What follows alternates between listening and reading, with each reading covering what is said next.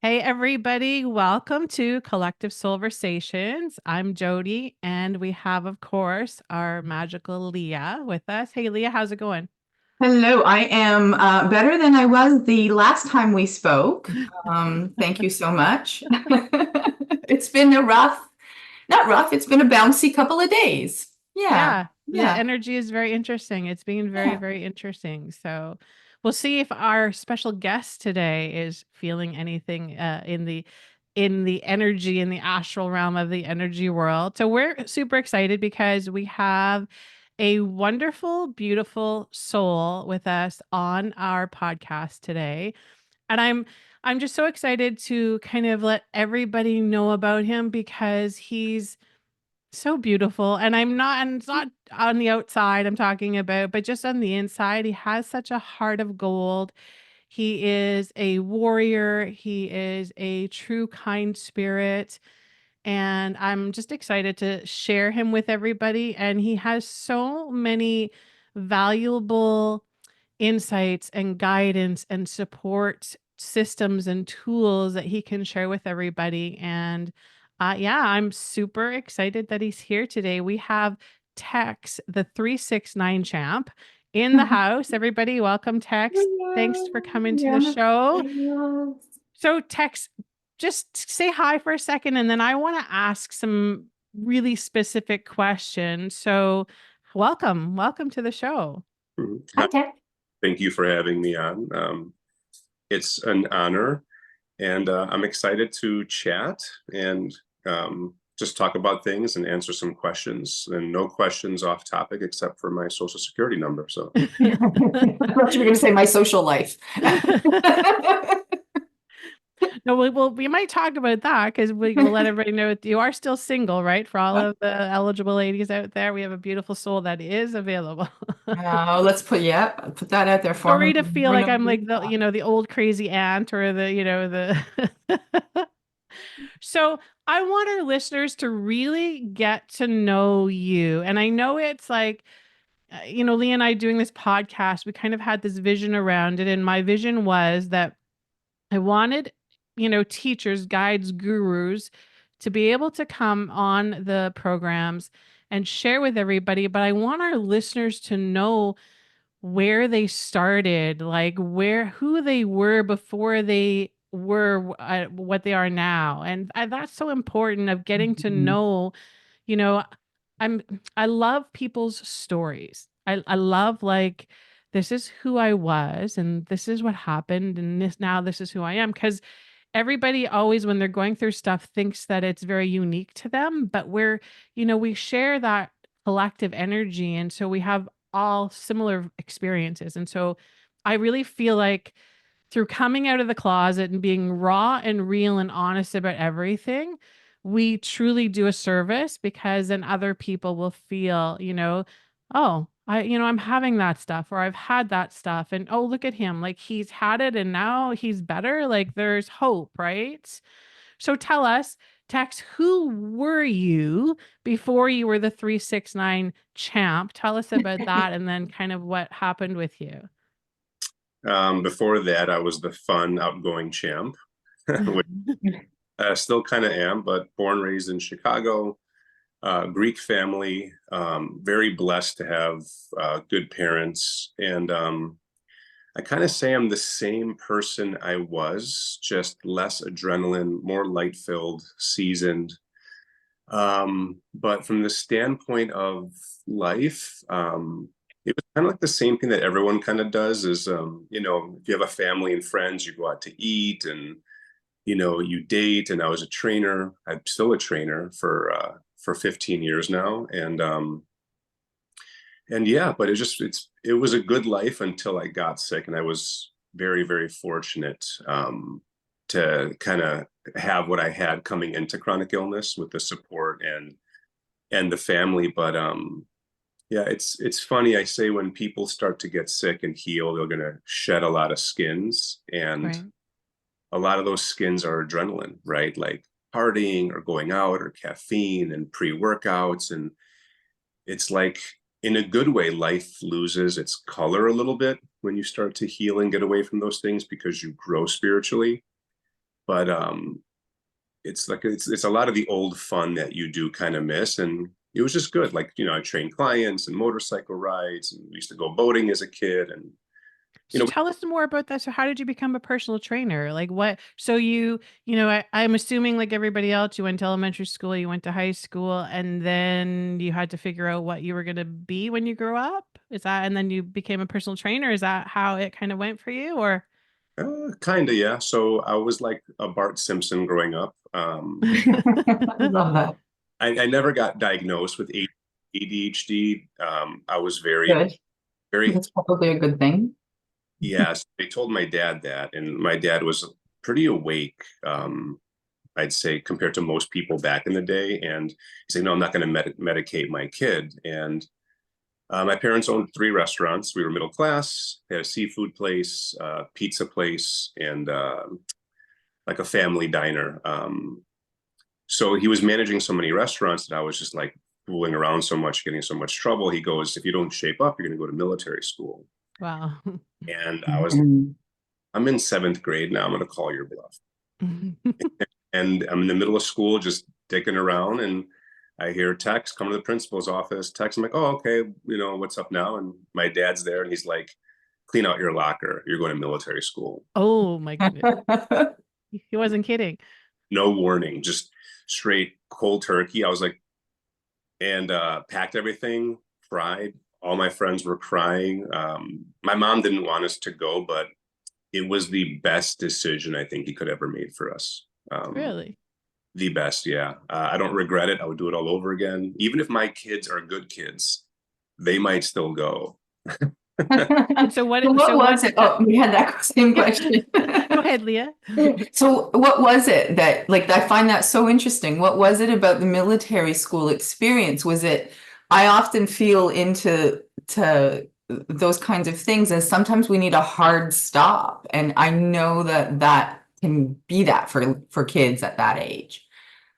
Yeah, so people have like the stigma, right? Like when you think protein, you think muscles and bodybuilders and strength. So like your military school, they think like rough, hard discipline, which it is if you misbehave, right? But it's the camaraderie that you make friends with everyone. Like my friends, I mean, even where I'm at in Chicago, it's like United Nations here. I have friends Filipino, Asian, Korean, Russian, Romanian, Greek, Serbian, Bosnian, whatever. Like, so in military school, it was like all of us, like we were all screwing around, and parents from all over the world were just sending their kids here to get better and or to behave. And the structure, it was just fun, and the bonds that you make, and what you just it's like unwritten rules that you learn when you're there. Like they make you fix your bed, you got to fix your tie tucked in, you get demerits, you get to rank up. There's like all these things where you get pieces of the adult world when you're a shorty, like you're a kid, and then and it's I don't know, just a lot of nostalgia, just the routine, discipline, the fun. You get to, like, you don't get video games and TV. You have to like earn it, right? Unlike most kids now, if like every kid has an iPad.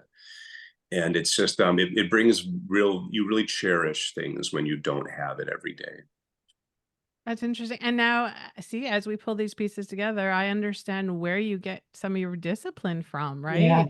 From yeah. having, a family that has multiple businesses, that if anybody has had that experience, you know how busy that becomes, and you have to grow up fast because your parents are, busy running businesses, and then go to military school, and then have, yeah, okay. So now, see, now we're starting to put the pieces Putting those together. pieces together. And I love the fact that you brought in ADHD, and I'm really hoping that we can circle back to that when we get into sort of more of the spiritual part of your journey near the end. But let's just keep going into this part.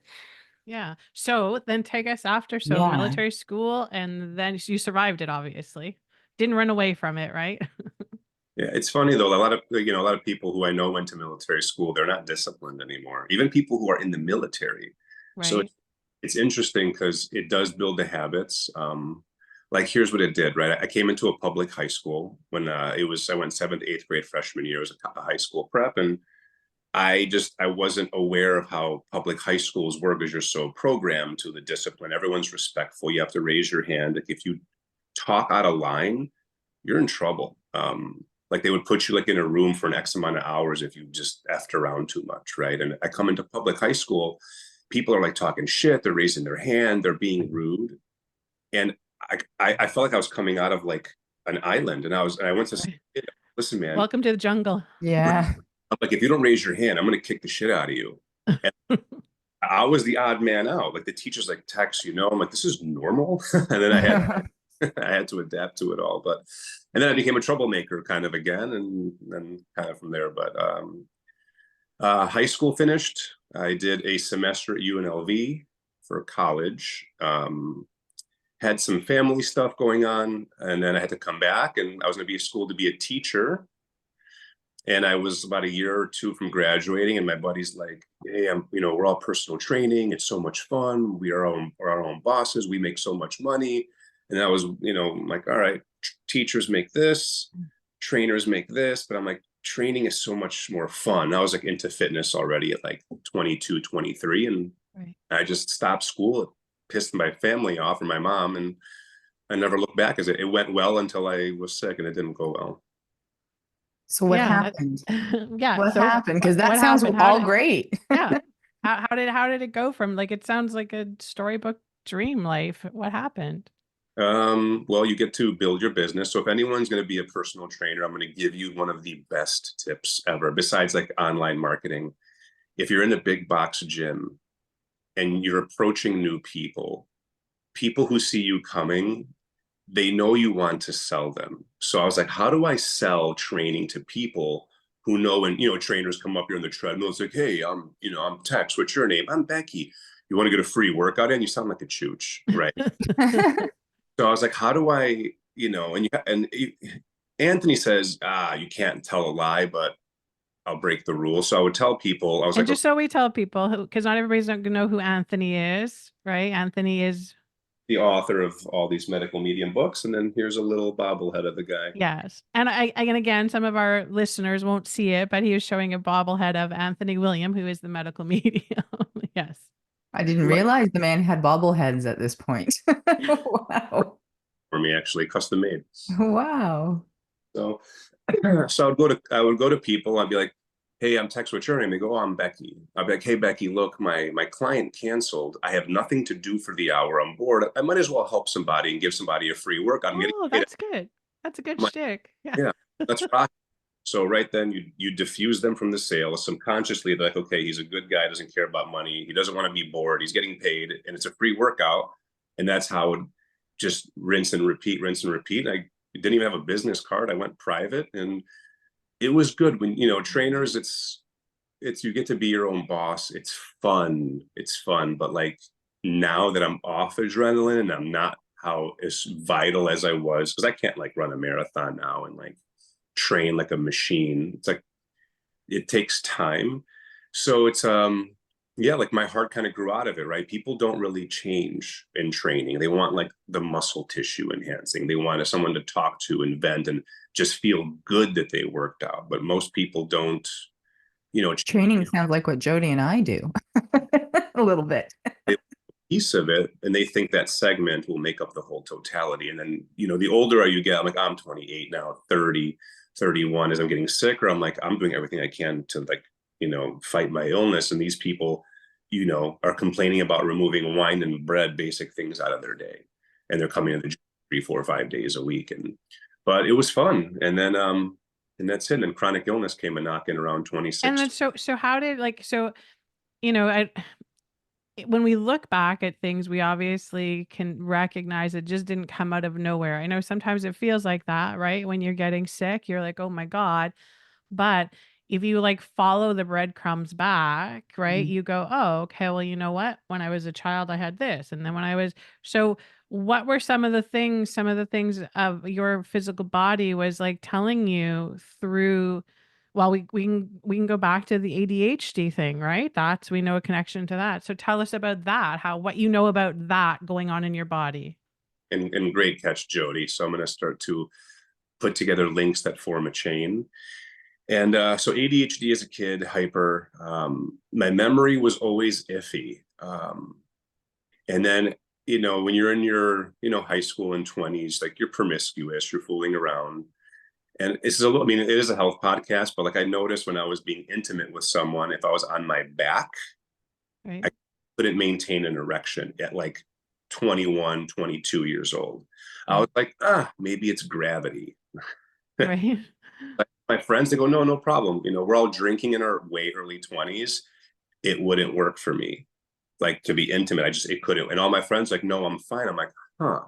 Hmm. I smoked cigarettes in high school. And I was the only one who had respiratory infections. I know I had cold sores too in high school. It's like we're all like smoking a joint, right? And Right. one guy had a cold sore and we didn't know. We're like 16, 17. And we're like, yeah, just hold the joint on the other. On the other side. All of us get cold sores within Right. high school years. And so like my brother's smoking cigarettes. I'm like, hey man, he's like, no, no one had lung infections. So it was triggering respiratory infections, right? And Right. so antibiotics, that didn't work. And so I'm a trainer and I'm just as I started making good money and I'm like, oh, sushi is very, very healthy, quote unquote. Right.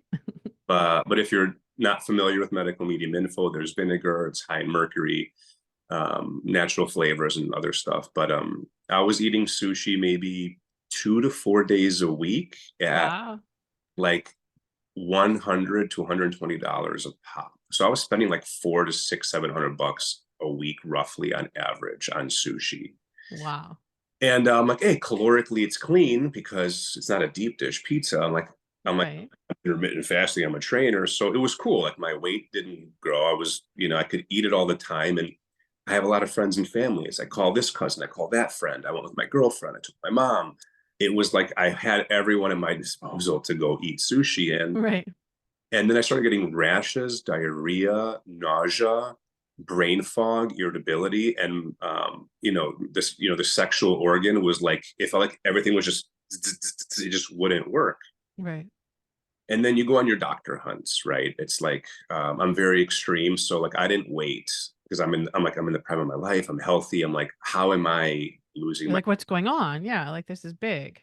it's weird seeing like I have clinically obese cousins. I had obese clients. Like, no, it works. No rashes, no erectile dysfunction, no brain fog, no nothing. Right. I'm And on using the outside, they looked sick. You looked healthy on the outside, but on the inside, it was a different story. right. And even at my worst, if I just lotioned my face and fixed my hair, you couldn't tell. At my absolute like, I'm talking about the moment I found medical medium, you couldn't tell. And looking back at those pictures, it kind of mind f's me a little bit because I'm like I doubt myself. I'm like, dude, were you sick? Right. These photos, and so the mercury led to a doctor hunt, and first it started with like I'm like I could take the nausea, I could take the headache. I'm like I gotta fix my pecker. So I'm like erectile dysfunction. I'm seeing like Oprah's hormone specialist, some guy in Chicago, 500 a pop, and endocrinologists, neurologists, just every doctor that any title that you can add over someone who's a medical professional I went to see and within the first few years, and then no one had an answer. My blood work came back normal, your hormones are low, and then I find a Lyme doctor, and this is it was going slowly downhill, and then exactly how Anthony says, it's the Lyme trap. And Right.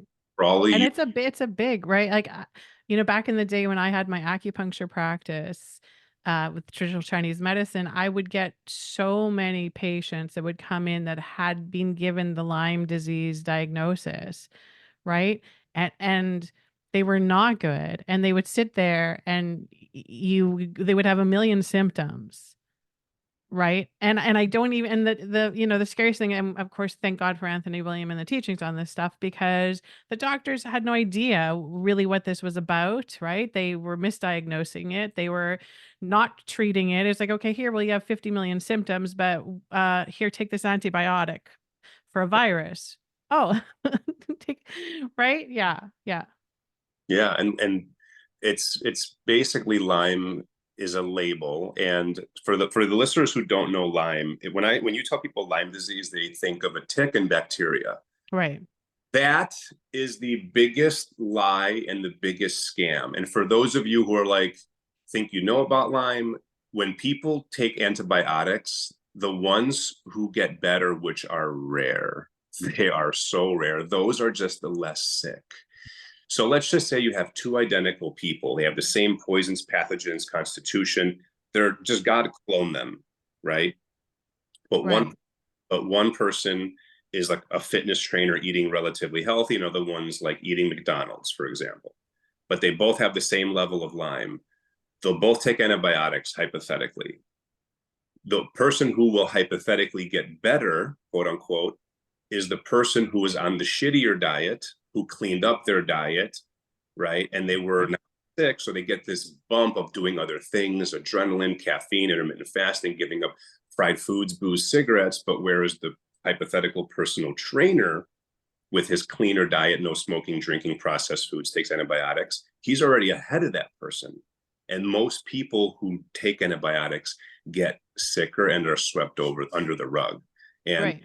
But it's confusing because they do get better in the beginning, right? They do get better in the beginning because the antibiotics, encourage your own immune system to kick in, right? That's how an antibiotic works. So, yeah, and so like when you go for your blood work, they test you for Borrelia, Babesia, Bartonella. right. And when you get tested, they're testing you for inflammatory markers, they're inflammation markers. So like when I went in to meet this Lyme doctor, she was sweet, just programmed and innocently ignorant in the technical sense of lack of knowledge, right? Because no. Right. And she goes, Tex, if you have, I don't remember the numbers. She's like, if you have like 1 to 2,500 inflammatory markers, you're good. It's on average for humans. She's like, if you have 8 to, I don't know if it was 10 or 12,000, she goes, you have Lyme, most likely you're borderline. When I first met her, she's like, you're at 24,000. Wow. But it doesn't hit us. We go, what do you mean borderline? You either have HIV or you don't. You have herpes. Right. Or you don't, right? And that's it. So they're testing you for inflammation, and the blood labs are in cahoots with big pharma. And when they're testing you, they're just putting the name of bacteria next to inflammatory markers. They're not even freaking testing you for the bacteria itself. And it's the biggest, like, it almost makes me wanting to turn into like how do they call it? Like an anti-hero from the comic books, where they're good, but they're not the nicest, right? Like, Right.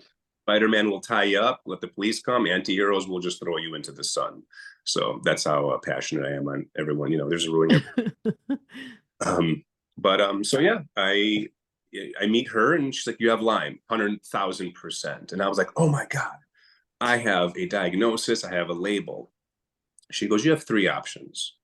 You can take the tincture antibiotic or Lyme disease tinctures. She goes, you can do antibiotics, or you can do this $7,000 ozone treatment. Oh, yes, that sounds good.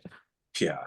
And I was like, well, I just spent a lot of money getting to you, and I'm not working as much. So I'm like, no.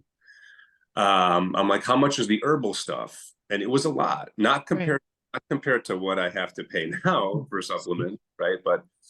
And I'm like, what's the antibiotic? She goes, a copay. And I'm like, I'm like, what's the, she's like, oh, just a tummy ache. I'm like, that's fine. I'll take the tummy ache and a $10 copay, which is not the truth. And antibiotics, if you guys don't know, are full of petroleum, heavy metals, poisons. They're just disgusting, and they inflame the central nervous system. Right. I can't even begin to explain. I don't know how I didn't lose my mind, to be honest. Sorry, I look around when I speak. When I look into the camera, I lose focus. So I get my thoughts are out into the ether. Yeah, that's we do the same thing. And I see myself, I'm like, in the little corner, but so yeah, and it was basically minocycline, hydrochloroquine, and tinidazole was the bomb, meaning the nuclear warhead. It was like 500 milligrams, and the other 2 were like 200. So if I'm taking 4, 8. Yeah, I'm taking around 14 to 1800 milligram. Wow. a- And how is that making you Wow. feel though? Like how is Um, so I'm going to tell parts of it, but I don't want to disclose more of it. I'll try to censor as much, just because it can get a little bit dark. that's Uh, okay. This is what That's we're okay. This is where we are. We go real and raw. uh, there's certain things that I might need to protect. I can tell you guys off. Absolutely. Yeah. So we take the antibiotics, or not we. We are Venom. I take antibiotics, and I kid you not, within 2 weeks, and I can talk like a bro a little bit, kind of sometimes. Can right? I be direct in how Yes, absolutely. okay, like my penis was gone within Right. 2. Yeah. 0 erections. I was like starting to pee on myself because my body was getting so weak. Right. And at the moment I was intermittent fasting, right? And like I never drank coffee, so I started drinking coffee. And both of those things, for those who don't know, they're not good for you. You're running on adrenaline. Adrenaline is epinephrine. It's a steroid. It masks your symptoms. So when you take coffee and you feel better, there's no energy in coffee. It's not a calorie. It's not a sugar, right? It's Right. basically going to your adrenal glands, squeezing them. So you're running on your own adrenaline, and you're robbing Peter to pay Paul. Right. So I'm on a double adrenaline hit. I feel better, but I'm getting worse. It's like you're making love to someone and you're getting punched in the ribs. I don't know. There's no way it was the weirdest mind fuck ever to feel better from fake, from the adrenaline. Right. Right. But Right. then your body's not working still. So No. And then like the and then within a month to 3 weeks, I was dry heaving. So for those of you who are watching this live, I would talk and I would be at the gym literally for the whole year. And then after that, I'd be like this. And I'd be like, yeah. I'm like, all right, Jen. I'm like, okay, can you please count 15 reps? And it would be like that every. yeah. And I lost maybe like 20% of my business, but like a majority of my clientele were called lifers. Like they were with me for life. They were like, Right. Right. me cared. I've been to their house for Christmas, and most people stuck, and the gym was a private gym. So everyone knew everything and saw me. And I would just talk and I would go, so I'm like, hey, how you? And Oh, Oh, no. gosh. Yeah. on my mom, you guys know how much I love my mom. On my mom's life, I was dry heaving like 4 to 8 times a day. I would just have it. And one time we ordered pizza, and I was a stepdad for 9 years too, by the way, from like 25-ish to like 32. And we're all eating pizza, Chicago deep dish, the best. Halfway through a slice, I get a dry heaving episode, and I just puke all the pizza in front of everyone at my house. Oh no. And this continues on because I took it from like, I forgot. I think it was like January 15th to August 15th, because my mom's birthday is the 15th of August. So it was 8 months on the dot. And I tapped out, and I got worse, more symptoms. Every neurological thing, new symptoms were coming, trigeminal neuralgia, tightness of chest. I was getting heart attack chest pains. I'd be at the gym, like holding my chest, and like, you guys know, have you guys had that? You can't breathe, the tightness of chest and the asthma, and I had like angina. Yeah. So I'd be like, and everyone's like, go home. I'm like, no, if I stay home, I'm going to kill myself. I'm like, I would be miserable with people I love than stay home. So I did whatever. I'm like, if I can go to the bathroom and not piss and shit myself, I can get in a car and I can drive and rest. And then driving was a whole nother mission. You And can't. so how was your anxiety levels through all this though? Like clearly, I think this is where like the discipline comes in, and it's, mind over matter, got to show up no matter what because I have responsibilities. But like, can you remember what your anxiety levels were like then? Like how that's They were 0. really, see, that's interesting. Really? So the thing for me is like, I mean, my childhood was great, but like when we messed up, we got belted. My parents didn't really hit us. Like we had our moments of like, but we didn't get like, there's difference of like, if you punish your child physically for discipline or with malice and like you're slapping them in the face and punching them. Right. There's old school parenting, and then there's Total old school Greek. Like if we came home like, I don't know, listening to rap music and acting like idiots and like getting bad grades, we get smacked on the butt, right? Right. Or like on the arm. And like our grandparents, like our grandpa, I love him. He's passed away now, but like they would belt us because but we would deserve it bad. Like these kids nowadays, they're angry. Well, you could never do that now because they would call the police on you. Yes, for sure.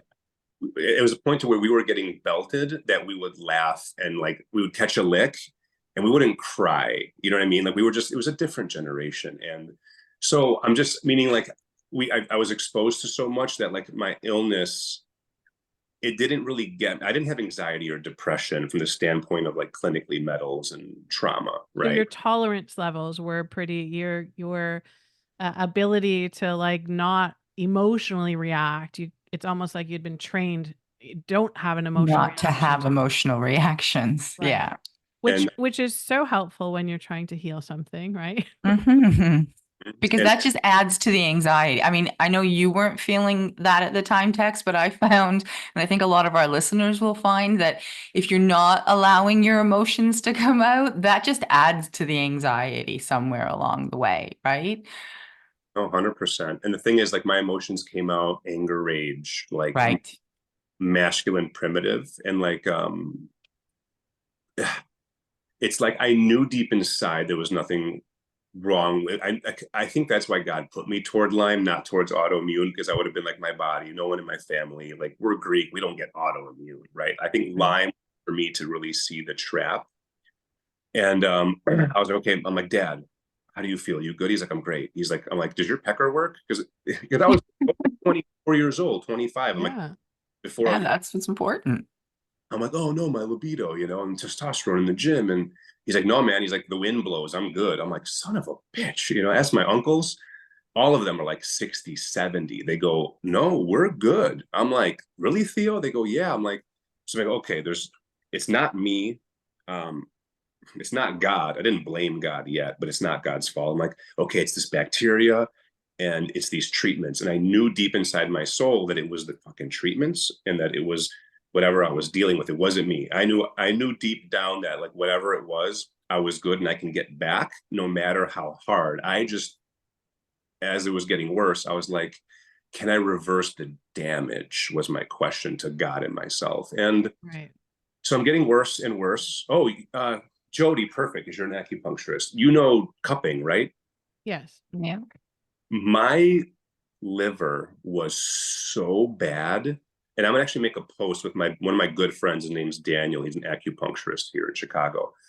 He did cupping on me once. I mean, he did it whatever, but once I started getting at my worst with Lyme, guess how long the bruises lasted on my back? How long?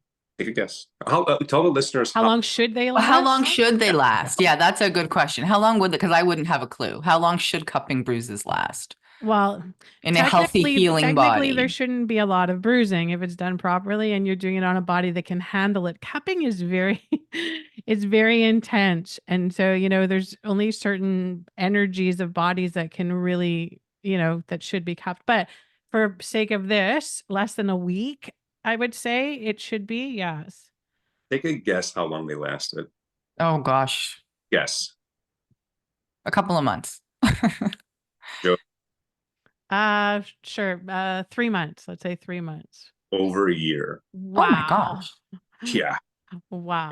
And he's like Tex. He's like, brother. He's like, this isn't normal. I don't know if it's called PCOM, Pacific Chinese Oriental Medicine Community or College of Pacific College of Oriental Medicine, PCOM here in Chicago. So he calls all his like teachers gurus. Right. He's like, they're calling their teachers and gurus. He's like, just make sure to hydrate because he's like, you might be prone to a heart attack or a stroke. And my blood was so dirty. I would go for a blood draw, 1-2 vials, coagulate, saline flush. Right. Wow. I had a 6-pack. I could have went on a run. I mean, I wasn't like skinny model, but like I could have gone and done like a photo shoot. I looked normal besides like looking like death, But, right. So I tell my Lyme doctor, I'm like, I'm done with these antibiotics. I literally can't. And the thoughts changed, my mood, and I started to really blame, here come the emotions. I started to blame God. Yeah. I was like, Mhm. I'm like, motherfucker. I'm like, and it really, I thought it was him, not him or it or her, not guiding me. Yeah. Letting you down. Like, Like, Yeah. that's Dark night of the soul. Here it comes. yeah, I was like, all right, cocksucker.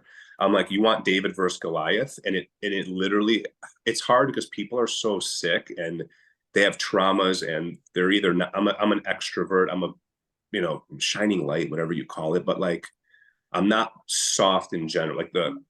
Like the dollar could crash and I would be like, all right, mom, we're going to starve and we got to get some guns and just try to survive. If not, right. after Yeah. like You're not crawling up in a ball anytime soon. And yeah. Yeah. oh. And it turned into this David or Goliath every day. Every day I woke up, it was worse. I'm like, I'll show you. I'm like, if I could make and I've said this before, I'm like, if I could make myself as powerful as you, God, I would wipe out you and everything. And it was just Wow. That's a lot of anger. That's a lot of anger. And it's a lot of illness. That's what it was.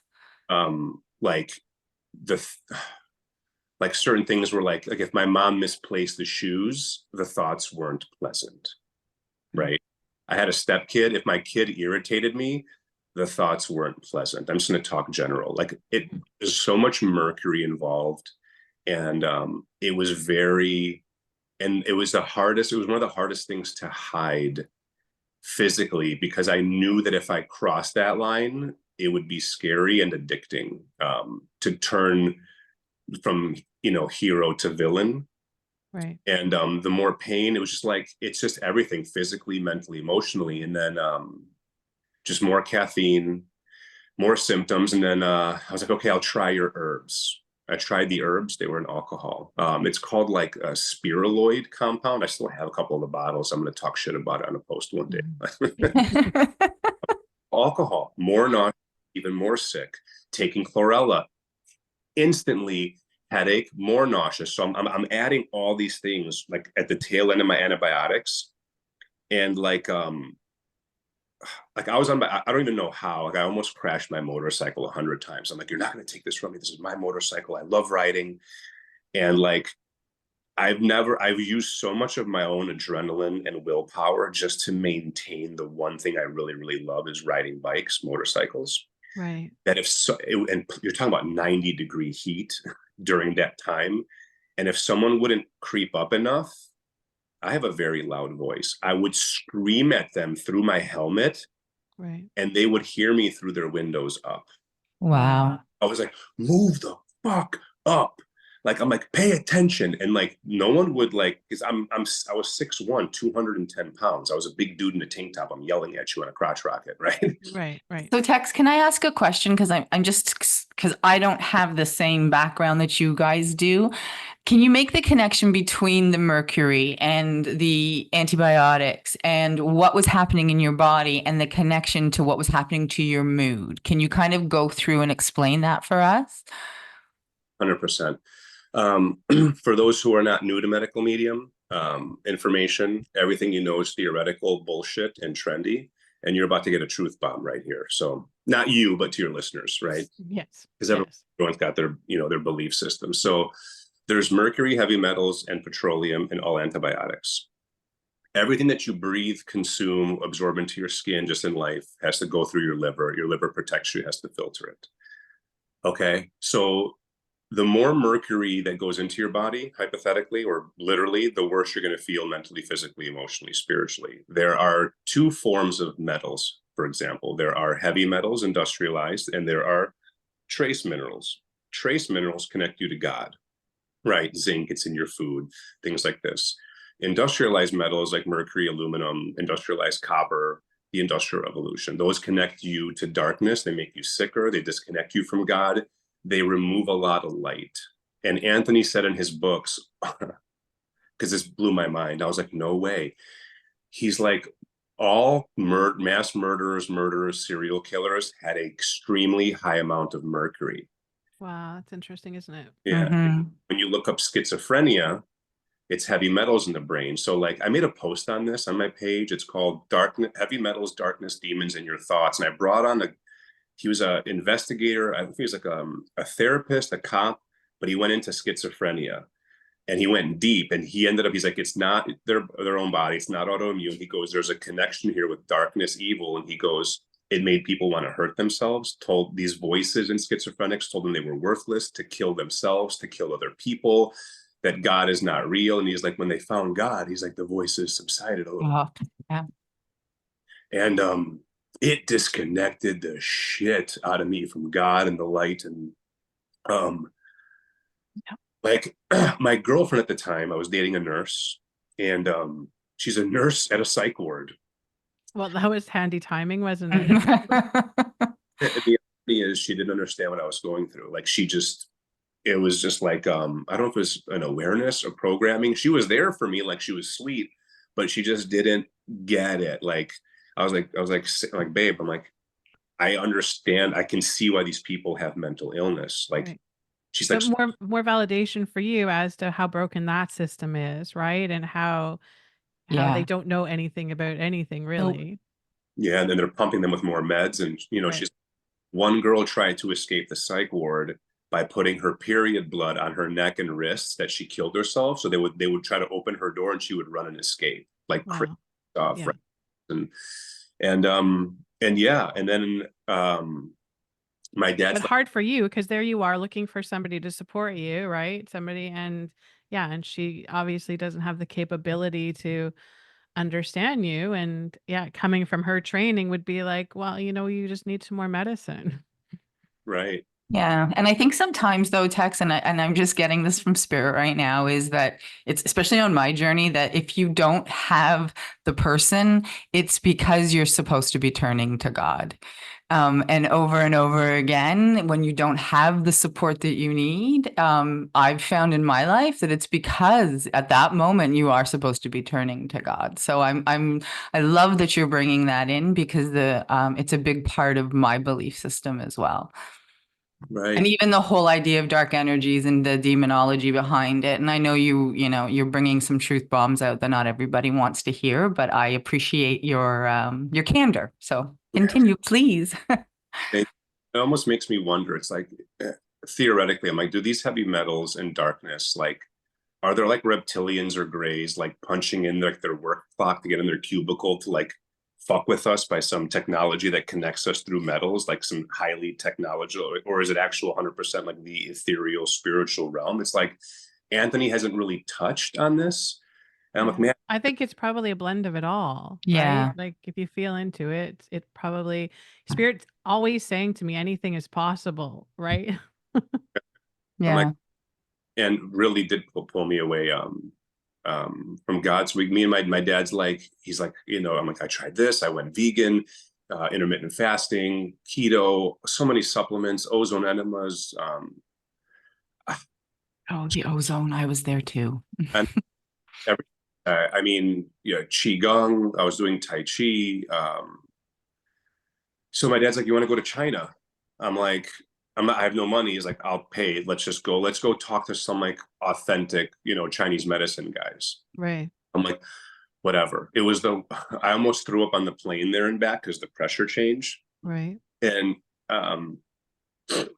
we're going through China. My dad's like, all right, my dad's a very sharp guy, man. Very blessed. And he's like, let's go to the Chinese high school, Hong Kong college, whatever that was. Right.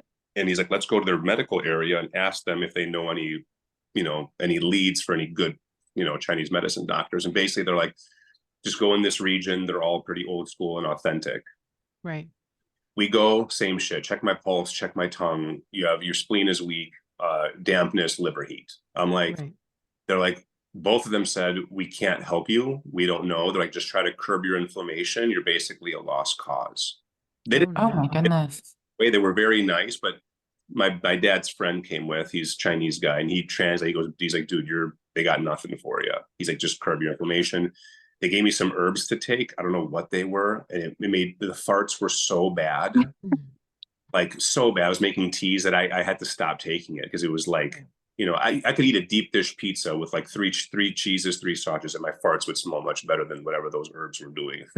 Right. And an interesting thing was you have to walk in China, right, in the downtown areas for the shopping. My dad has a bad knee. He's had like 7 to 12 surgeries on his toes, his lower back, his discs. His buddy had like a limp. They were out walking me. Walking. I mean, my dad was what, 61 at the time? And I would have a translator, and I would go to like whatever whatever Chinese person was at his like stand selling things, and I would translate, "Hey, can I sit on your crate?" Right. That's how weak you were, right? I couldn't fucking walk. And my dad's looking at me, he's like, "Come on." But he wasn't pushing me. He's like, "Let's go. You good?" You know, I'm like, "Dad," I'm like, and I never, everyone who's been sick, you don't show, Never. you don't amplify what you're feeling. You hide it. You're a better actor than anyone out there. I'm like, "Dad," You I'm like, push through it, right? yeah. I'm like, "Dad, I can't get up." I'm like, I can't physically hold myself up. He goes, "Okay." He's like, "I'll be down there or whatever." And I'm like, and I would have to like, my dad would go and his friend, and I would sit and then chase. They would have to wait and go. And he'd look at me, he'd be like this, waving through the marts, right? Right. And just sitting here nauseous, whatever. And you were how old were you when that was going on? This was 2017 in the spring, or 2018. So this was what, 6 years ago? I was like 31, 32-ish. So young, right? Like so Wow. Yeah, I'm 39 now. And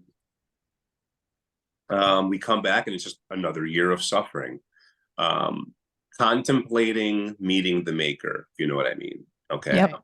Yeah. So during this year, I started meditating a lot, which you guys would find interesting. But actually, I was meditating 2.5 hours a day. I was working part-time. People are like, how are you working at your current state? My job was easy and my clients loved me. And all I did was show my face and tell them what to do. And I looked like absolute shit there. And I would sit here and be every day. And everyone's like, go home. I was like, no, if I stay home, I'm not going to come tomorrow. I need to be people. Right. Accountant, if I was a cop, a fireman, a teacher, a lawyer, hell no.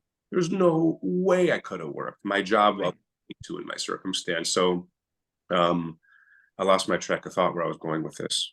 I think God gives us things to help us keep going, and we don't really realize it at the time, right? I went through a very similar story with chronic illness, and I always say if I didn't have my kids, right, there, I don't know that I would have had the light to keep going through the same kind of darkness. So, yeah, your job seems to have been that for you.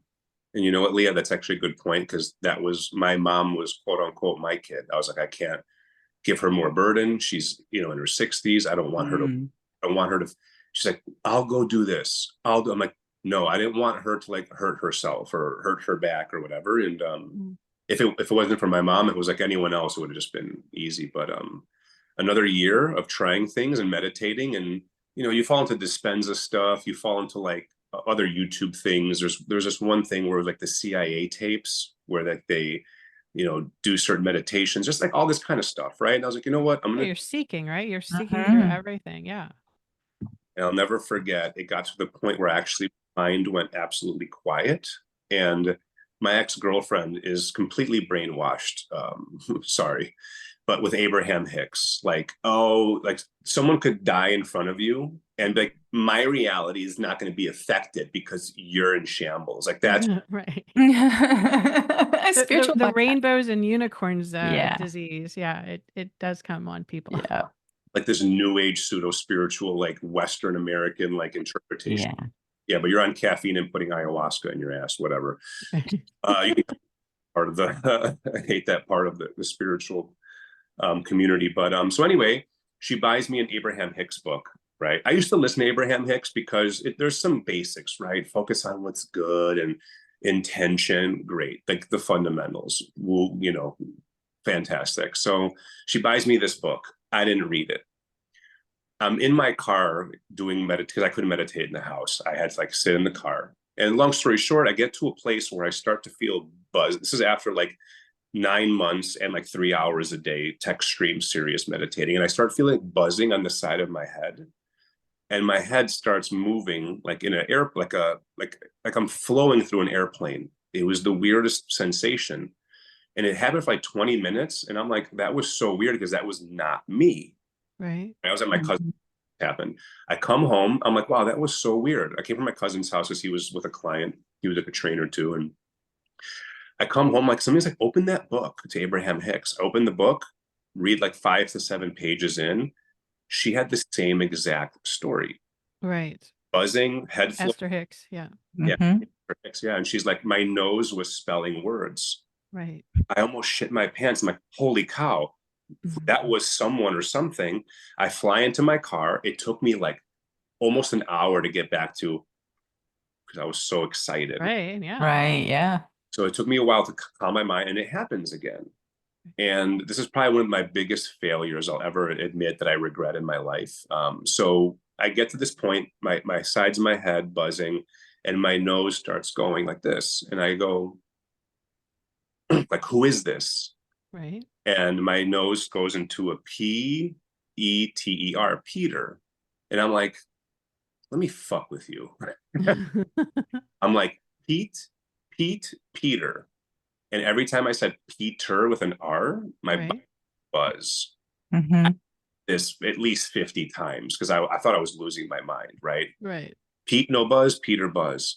And I just sat there and I'm like, what do I do? Like, one more year, I'm out. And all it said is, wow, I totally forgot what it said. Oh my God, this is the whole clutch. I just ruined the whole moment. No, you didn't, honey. Not even a little bit. Sorry. And he goes, my nose spelled D-O-N-T, worry, don't worry. And it was like, it felt like clouds, but I wasn't moving my head. It was so surreal. And it said, don't worry. And I got the biggest piece of my life, like so much peace. And this must have been like, I don't know, sometime in the spring, winter. And I stopped meditating after that day, cold turkey, which Really? my biggest regret. Yeah, 100%. Just the whole experience just did it scare you? Was it Yeah, I was just about to ask the same because question. obviously this was spirit, right? It was, spirit working through you, communicating with you, lighting you up for a reason. So Yeah. why made you stop? Why would you stop? So I was, so sick and pain, and I was doing so much that I got some sort of relief and some sort of like validation that things would be okay. That I was like, okay, I Mhm. can give up this routine because it's very, very draining in general. Yeah, well, 2.5 hours meditating Is every a day. lot. I don't know Yeah. who's doing that. Yeah. I'll tell you though, like, it did help me stay here longer. Yeah. Like, Yeah. peace. Like there were points where I would meditate and like my body was suffering, and just ever so slightly I could disconnect my like being from the body. I'm not trying to sound like a weirdo, but like I still was suffering, but it was like just like this ever so slightly because my mind was so. And then I got that thing and I stopped. I'm like, okay, now I could focus on other things. And then I went to um, my final nail in the coffin, hyperthermia treatment in Germany, and that's my final part of this piece before finding MM. And Wow. so how did you stumble on to MM? Um, so the people in Germany, basically $30,000 treatment. They basically cook your body at 107 degrees, 106.8 to 107. Anything above 107, 107.1 for more than 20 minutes, you risk brain failure. You got to sign a waiver. Everyone there was sick. They give you like all this trendy shit, like red light therapy, ozone enemas, like massage, like it's like extra. It's like they give you the meat and potatoes with the antibiotics and hyperthermia, and then they give you all these like side dishes to like fluff up their treatments. It's totally stupid. And so what they do is they basically heat up your body. Cancer and Lyme people go there. So their theory is that the Lyme bacteria, which it's not, it's viral. They say you can't reach you with oral antibiotics or ports, that the heat will make the bacteria uncomfortable where it's hiding really, really, really deep in your body. It'll surface the bloodstream to get cold, and then they'll just destroy you with antibiotics galore, like 4 to 8 IVs a day. God. Wow. So before that, I was able to walk for like 8 to 15 minutes, like kind of chasing my dead, and then I'd have to rest and whatever. After this, I couldn't walk like 1 or 2 blocks. After my Oh, that was it. That was like, wait, you The know what I find it final. so interesting was that just before you deciding to go and do that treatment, spirit came into you. Yeah. Right. And was like, And then you were like, okay, well, thanks for that miracle, but I'm on to the and then it Next almost thing. takes you out completely. So, part of the healing journey is definitely Spiritual. There's a massive spiritual component. yes, yes. What It is. what they say, what doesn't kill us makes us stronger. And so that would explain, Tex, why you are as strong as you are.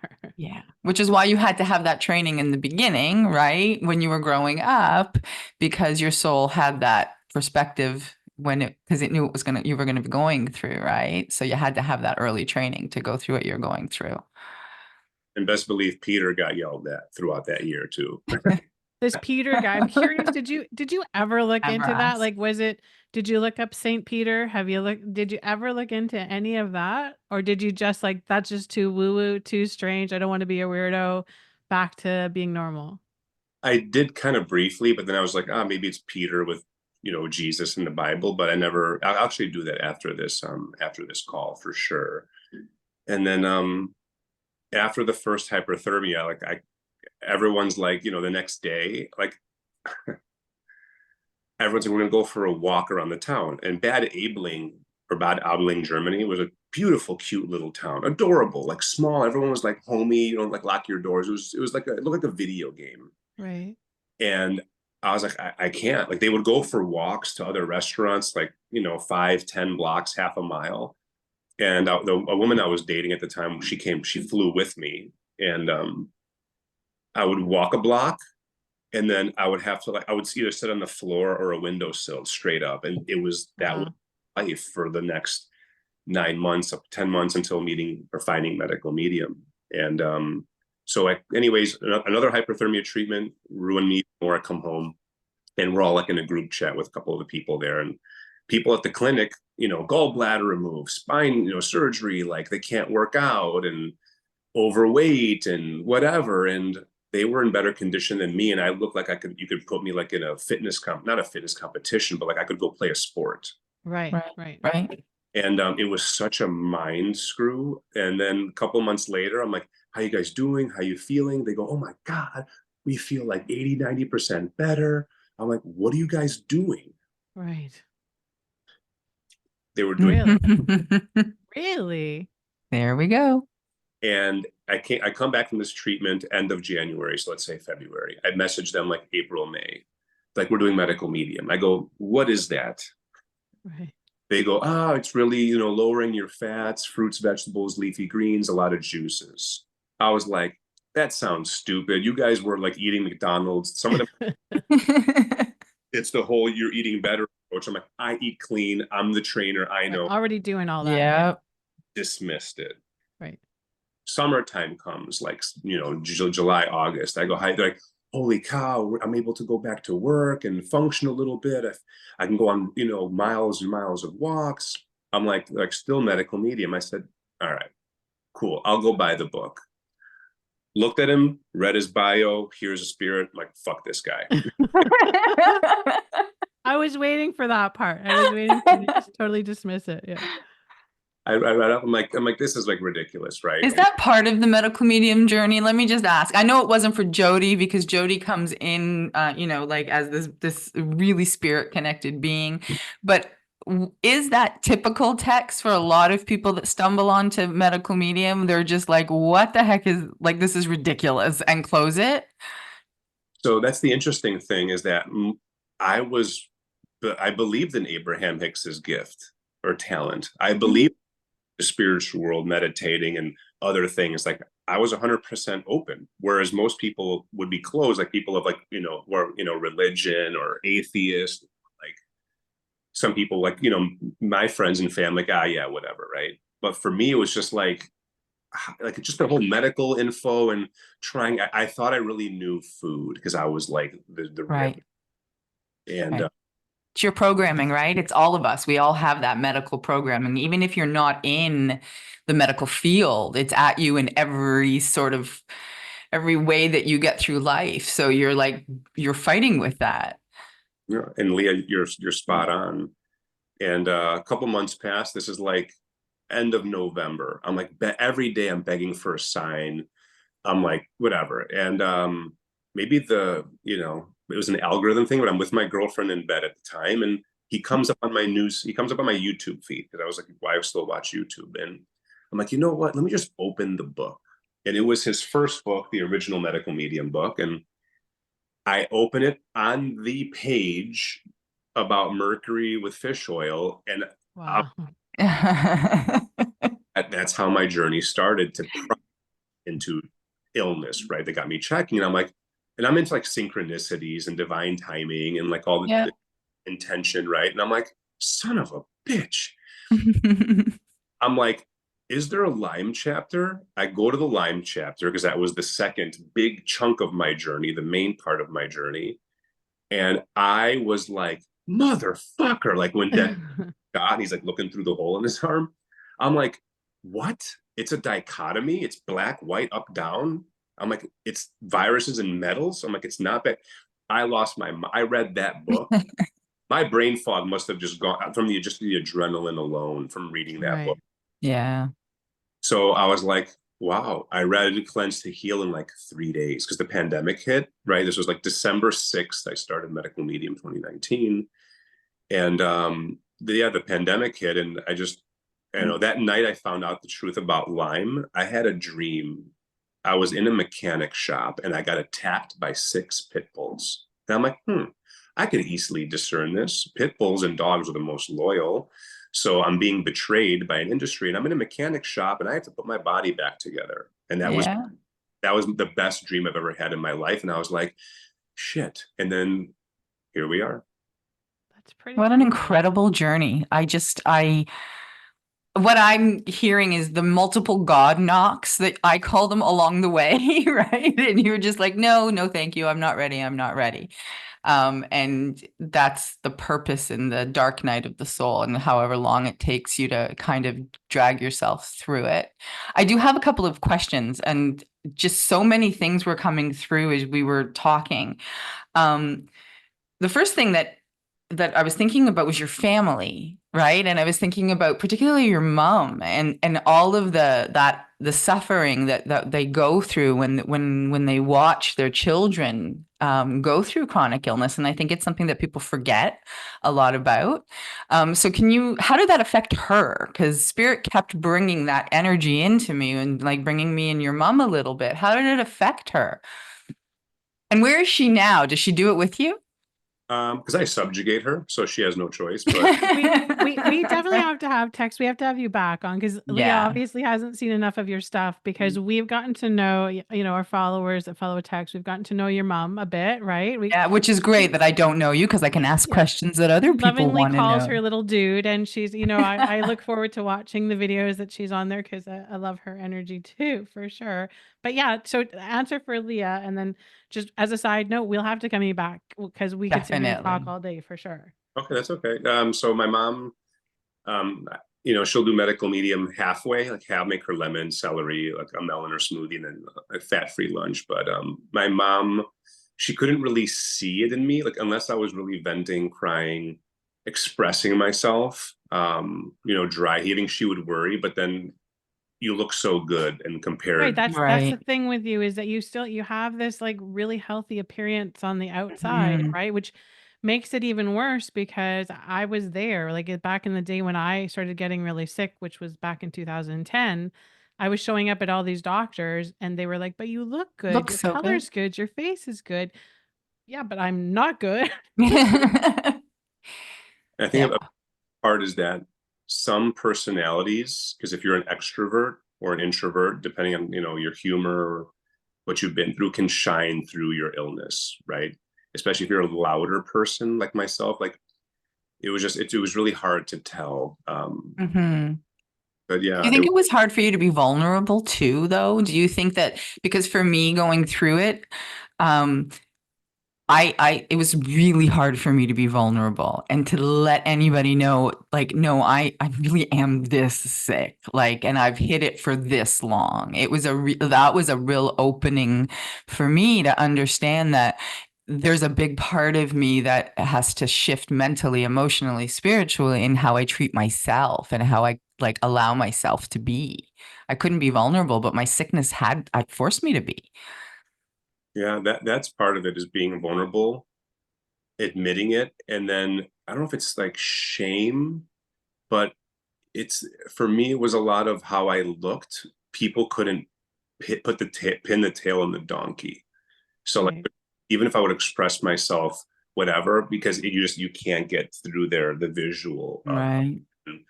Like people were more scared when I was like losing weight. When I started medical medium, I lost like, 30, 35 pounds. I got down like 150. I looked like the machinist, Christian Bale. And people were more like, dude, are you good? You should stop. We're worried about you. Like they were more concerned at that point when I was like I'm like, dude, I'm better. I'm glucose deficient, that kind of stuff. Right. Yeah, I started to learn about it.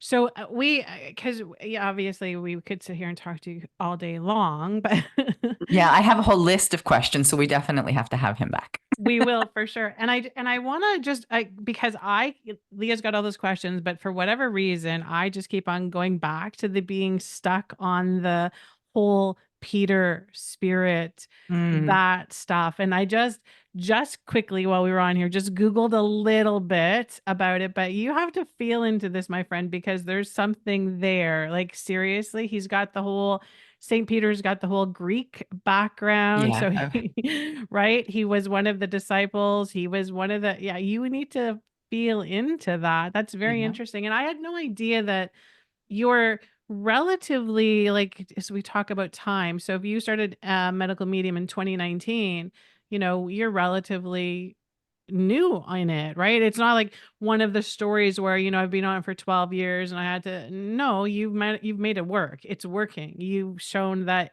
it can work. And that was one of the things for me when I found, well, I mean, I'd found Anthony William when he first started, but I didn't start using his stuff until I got sick, right? It was the whole do what I do, not I do as I say, not as I do. That was the life that I was living. But um yeah, I feel like there's so much there for you. And this is exciting because where you're going to go from, this, just being the guy that's an influencer on Instagram and talking to Yeah. people about how he's healed himself.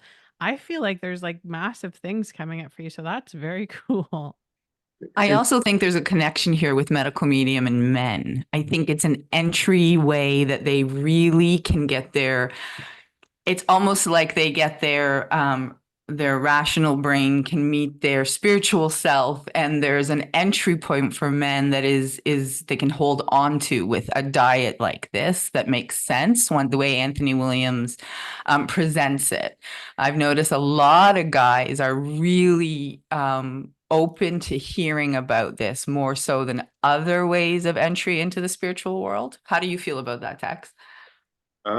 it's hard because a lot of men aren't yet. So I know some conflate it with the whole vegan aspect, Right. but yeah, like especially if they're open spiritually, they can. It's kind of hard wherever that man or that person would be coming from, but I could see it would be, if they can dive into Anthony's info spiritually, it would be better than like, some random person like, ayahuasca and cacao and primal. Yeah. I think you might be the bridge for those men. I think that's what Spirit's showing me right now is that's going to part of your journey is bringing these men that are going to be coming online, right? Like we're going through this ascension journey. And so you're kind of getting your chops ready so that you can sort of lead the charge. And I think that that's going to be a big part of what Spirit's got coming for you. So I think it's beautiful. And I'm so glad you've been here with us today. And I Yeah. can't wait to talk to you again. And so for people that want to, because you do one-on-one, right? You do coaching and your new thing is that you've been doing the group 369 cleanses, which is awesome. And I know that's a lot of work to do. Yeah. What is that? What are those? So the one-on-one is just basic help, helping people navigate when they're just going through their illness journey. But the group coaching is, I wanted to do more than just like a group chat and like one or two Zoom calls on like, logistics, Q&A. I wanted to bring more. So I wanted to support people, not only logistically, but physically, mentally, emotionally, spiritually. So we have one day where we do like a group prayer where we all get together and, everyone, gets one prayer subject. And then we do like one collectively. And we try to have everybody mimic and voice the same prayer out loud to kind of amplify that. That's cool.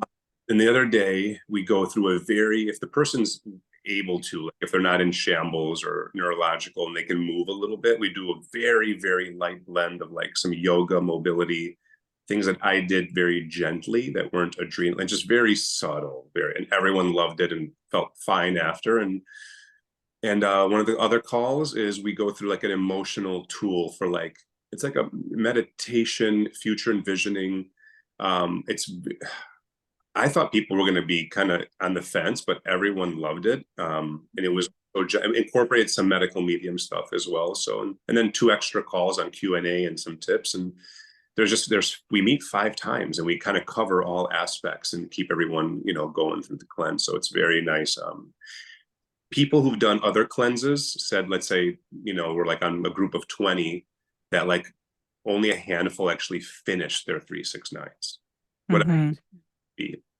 I'm not saying it's the person hosting them. I just mean maybe like the energy of like the community. And I had maybe 54 or 5 people, and maybe like 3 or 4 or 5 stopped the cleanse because it was too hard or they had to travel or do it. But literally, like it was like a 95% or more success rate with everything. They're like, oh, the prayers helped and the mobility and all these things. And I was like, great. I'm like, you can't just sit all day, right? Sometimes Right.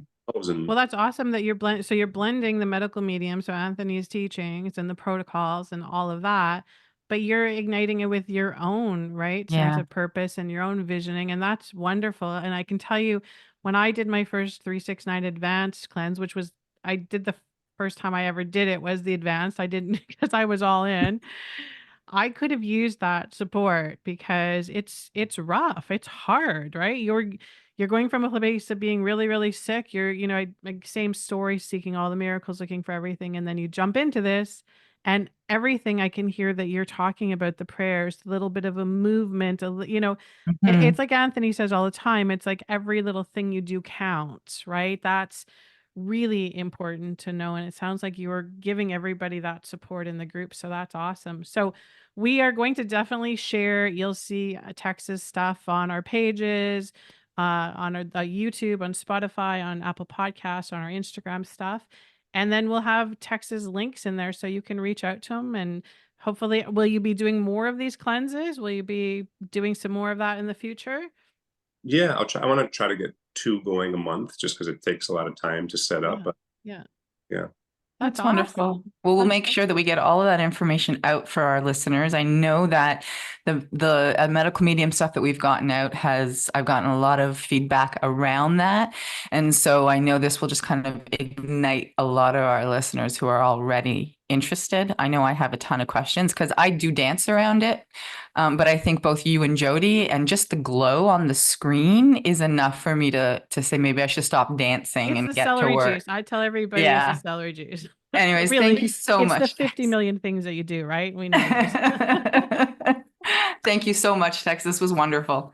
Oh, Yes. thank you. And for the group cleanses in the future, I want to have like guest people on. So like you guys could come on, or like a Oh, that'd doctor be cool. or something. So like make it like a Tony Robbins event more than just like, can I have a banana here? Right. So Yeah, that's awesome. I love that. You're I'm making in. the bridge. I'm telling you, you're making the bridge. Absolutely. That's awesome. Okay, my friend, we will talk to you soon. And thanks everybody for tuning in. We will bring Tex back because he's so much fun to sit here and talk with. Yeah. Great. Thanks, everybody. Thanks for listening. thank you. God bless. Bye-bye.